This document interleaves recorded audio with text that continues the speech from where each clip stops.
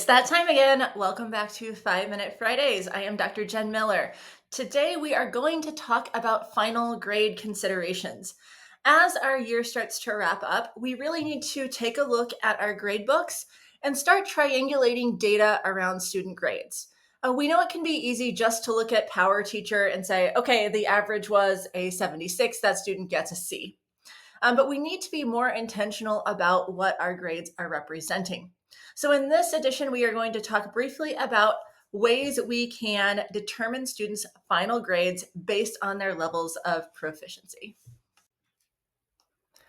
As we determine grades, it's important to think about the purpose of grading for Tulsa Public Schools. So our shared purpose for grading is to communicate students' current levels of understanding of grade level academic standards by providing specific and timely feedback for improvement. So now that we're at the end of the year, we need to make sure that those grades are representative of students' current levels of understanding on our academic standards. When we look at a sample gradebook in PowerSchool, we see that it's going to average all of our grades based on the categories that you've set up. But one thing we need to remember is that an average does not always mean an accurate representation of student understanding. Because when we average grades, what we are doing is we are measuring how quickly students learn the material, not the eventual goal that they have reached a level of proficiency around the academic content that they should have learned this year. So when we take a look at our score sheet here, I'm just going to pick a sample student and take a look at them. I can see, for example, this student has a Unit 4 investigation, so a lab that was associated with Unit 4 in biology, and they've scored a B on that. Okay, so we can use that as one really valid point of data. They had to do an investigation and they were assessed on that investigation. But we shouldn't just look at that alone. We need to also look at what we have seen in other things like a unit test exam, for example, a module test, or one of the district assessments. So on this case, I'm looking at Unit 4 investigation, and I'm going to pop over and look at my Mastery Connect. If you've put the Mastery Connect scores in your gradebook, it makes this a little bit easier. But in this case, we don't have access to that. So we're going to pop over to Mastery Connect and see how that student performed. So in order to do this, I've popped over into my Mastery Tracker and I've just clicked on the student name within the tracker that I want to look at. So when I look at this Mastery Tracker, the standards that were assessed in Unit 4 were B.LS 32 and B.LS 33. So I can see here that this student got between a progressing and a proficient. So if we were to give those letter grades, this would be a C and this would be a B. So we can see that for that standard, he got a B on the lab assessment. He got a C on one standard and a B on the other standard. So this student is probably clearly sitting between a B and a C on this. So as long as his grade is within that range, we know that we have triangulated that data and his grade is actually representative of his understanding. But one thing we can all do is take a look at a student's overall grade. So for example, this student had an overall grade in the course of a B. What I can do is I can take a look up here and see how many standards this student has scored exemplary, proficient, progressing, and emerging. So I can see that 22% were exemplary, 11% were proficient, 56% were progressing, and emerging was 11%. So clearly, if I look at this data, I can see that this student should be between proficient and progressing on his overall grade for all of those standards. So we're looking at a grade that should be a B or a C.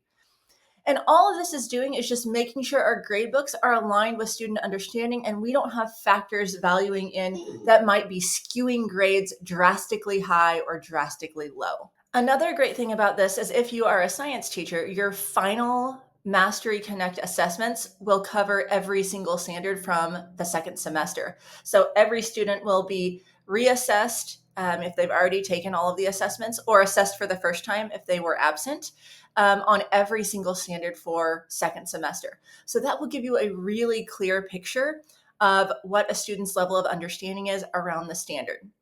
We know that it's not 100% perfect, but it does help us look at our gradebook in PowerSchool and look at their level of demonstration of understanding of standards in Mastery Connect and make sure that those are within some sort of alignment.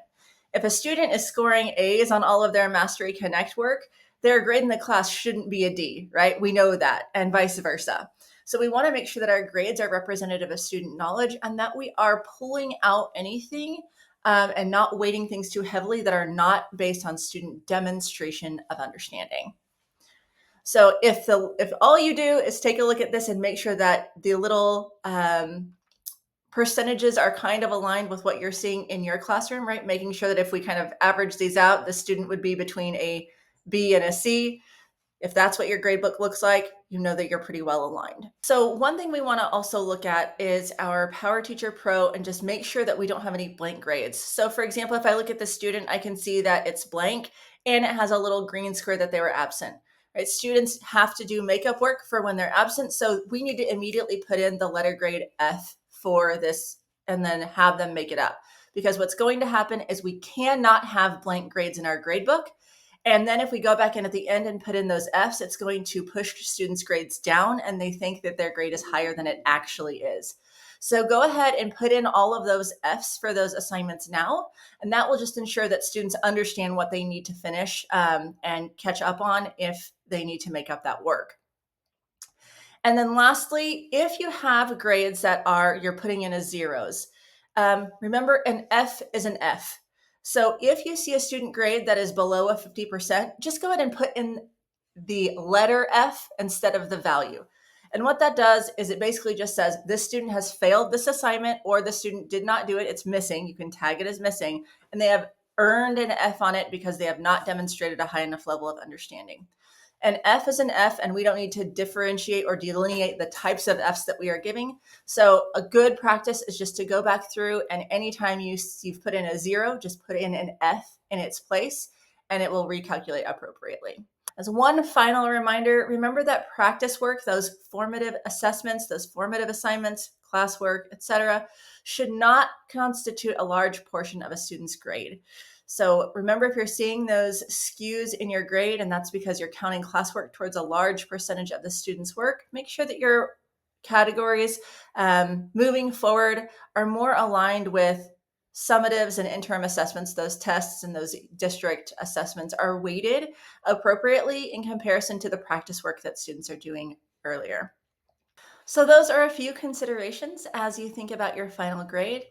You are the professional in the classroom. You need to look at what students know and have demonstrated and make your professional judgments based on that. So let's try to eliminate all types of bias and focus on what our gradebook says and what the student's level of understanding is in Mastery Connect. So we only have one more 5-Minute Friday left for this year. Thank you so much for watching today, and I hope that this gives you some context around your final grade calculations. Have a great weekend. See you next Friday.